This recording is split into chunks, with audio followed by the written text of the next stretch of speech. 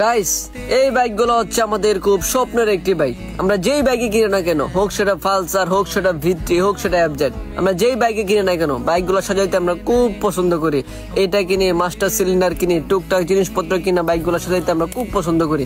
আর guys, আমাদের ছেলেদের এই ড্রিমটা পূরণ করতে যে বাসায় কি পরিমাণ যুদ্ধ করতে হয় এটা একমাত্র আমরা ছেলেরাই বুঝি। কেউ বাসায় ঠিক মতো খাওয়া দাওয়া করে না, কেউ বাসা থেকে বের হয়ে যায়, কেউ বাসার প্রত্যেকটা মানুষের কথা শুনে। এইগুলা শোনার পরেই কিন্তু আমাদের এই ড্রিমটা পূরণ হয়।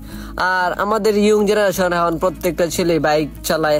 আমি তোমাদেরকে একটা কথা সাজেস্ট করব যে তোমরা বাসায় নর্মালি বুঝায় বাইকটা কেনার চেষ্টা করবা, আর সেফটি মেনটেন করে বাইক চালাবা, এটাই আমার কথা। আর হচ্ছে যে এই যে বাইকটা চালায় নিজের মধ্যে একটা অন্যরকম ফিল হয় না, আমি একজন রাইডার, মানুষজন আমাকে দেখতেছে, সুন্দর একটা হেলমেট কিনছি, নিজেকে রাইডার মনে হয়। এটাই কিন্তু ভাই ইয়ং জেনারেশন ড্রিম, এটাই ড্রিম।